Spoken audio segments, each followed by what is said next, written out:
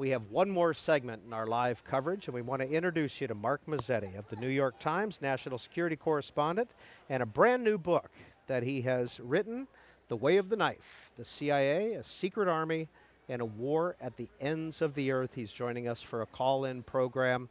Mr. Mazzetti, who's Raymond Davis?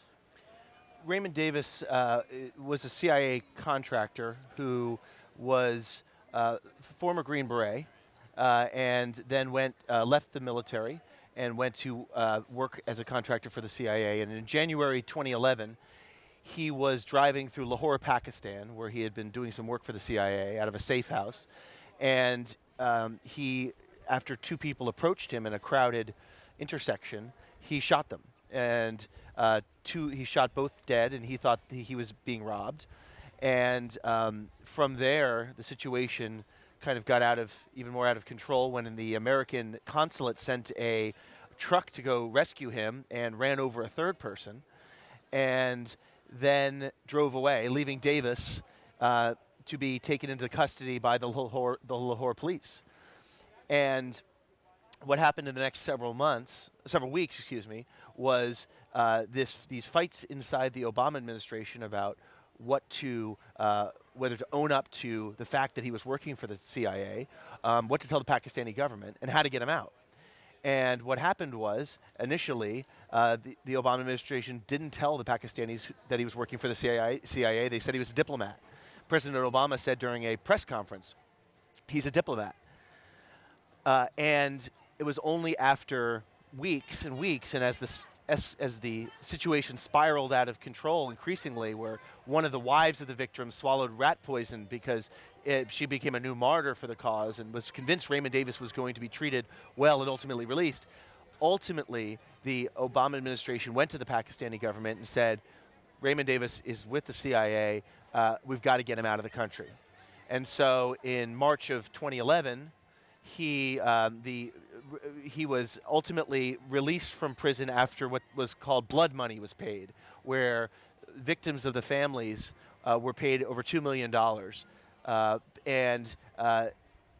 It in essence wiped away his charges, and he was released to the United States and he was sent to Afghanistan. And the entire episode was a microcosm of how fraught U.S.-Pakistani relations have become. What kind of work was he doing for the CIA in Pakistan? Well, he was doing a number of different things, and the best I've been able to determine is what he was principally doing in Lahore was working with a team gathering intelligence about a group called Lashkar-e-Taiba, which is a militant group primarily based around Lahore that for years and years has had support from Pakistan's spy service, the Directorate of Inter-Services Intelligence. And the reason why they did was they were long seen as a proxy force who could help against Pakistan's main enemy, which is India.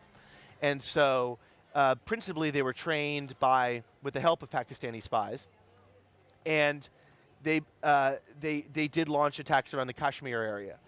But they were really most well known, and most viewers will know them as the group that carried out the Mumbai attacks in November 2008, when so many people died in the hotels in Mumbai, India.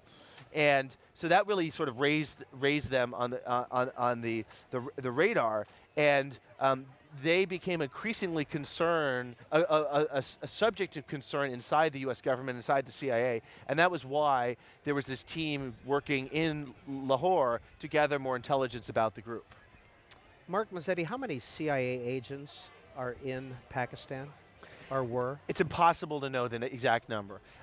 My reporting has indicated that from around 2006-07 up until the Raymond Davis episode, there was a steady increase through the beginning of the Obama administration.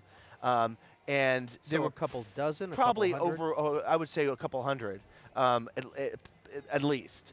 And that means case officers, analysts, security people. The way that they would get into Pakistan would be that the U.S. government would submit visas to the Pakistani embassy in Washington. and the visas would all say State Department on them, but there would be visas that had been submitted by the CIA, visas that had been submitted by the Pentagon. So it was a way to sort of get people into the country under different covers in order to do the work of the CIA. Now, this is coming at a time when the CIA increasingly had been doing work unilaterally in Pakistan. In the years early after 9/11, they did a lot of work with the Pakistani spies. But around 2008, at the end of the Bush administration, the administration basically decided that they're going to stop notifying the Pakistani government of drone strikes. The drone war would be unilateral, and a lot of the intelligence gathering operations became unilateral as well. So it was work that had to be done sort of under the noses of Pakistan's government. Why did the change in policy happen at that point? It was a sort of a buildup of a number of years. As I said, there was pretty good relations and teamwork between American and Pakistani spies in the years after 9/11. Over time, though, there was increasing frustration, lack of trust on both sides. The Bush administration came to think that basically Pakistan was playing what they called a double game. They were helping with al-Qaeda, round up al-Qaeda operatives. In some parts, they were secretly supporting the Taliban in Afghanistan.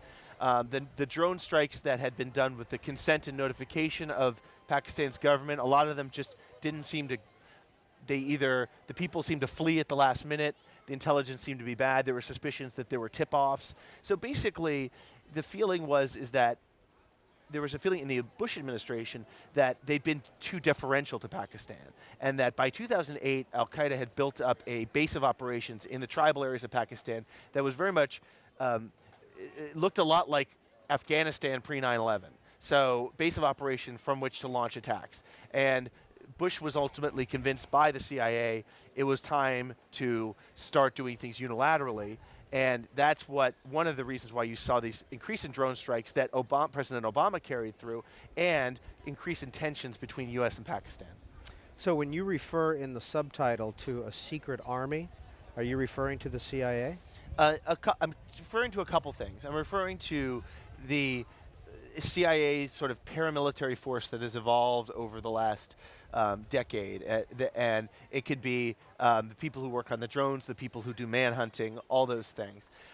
The other aspect of the secret army that I talk about in great depth in the book is the special operations troops, who have seen their own tremendous growth since 9/11. And one of the themes of the book is the blurring of the lines between soldiers and spies, and that the work of increasingly the CIA has come to look a lot more like the Pentagon, and the Pentagon has come to look a lot more like the CIA, where the soldiers spy and the spies do paramilitary work.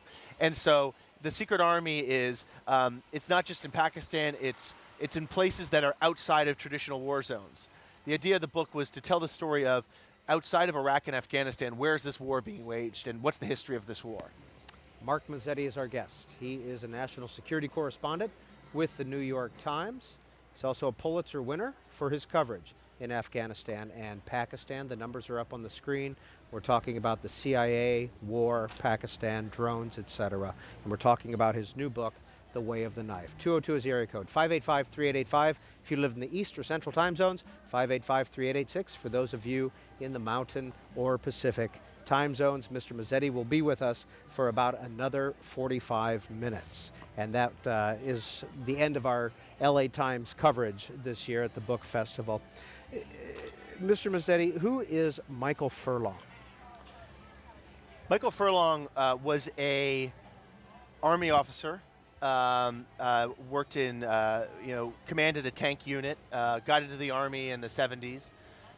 Right before, I was drafted into the Army right before President Nixon abolished the draft. And over time, he became interested in not combat operations, but what come to be called information operations. And it's a military term. It basically means psychological warfare, propaganda, things, fighting inside the minds of the enemy. And he became quite good at it and worked in Bosnia in the 90s doing psychological operations. And post 9/11, he was out of the military and he was hired back as a contractor and eventually hired into civilian service in the Air Force and worked in the senior staff of Donald Rumsfeld. And where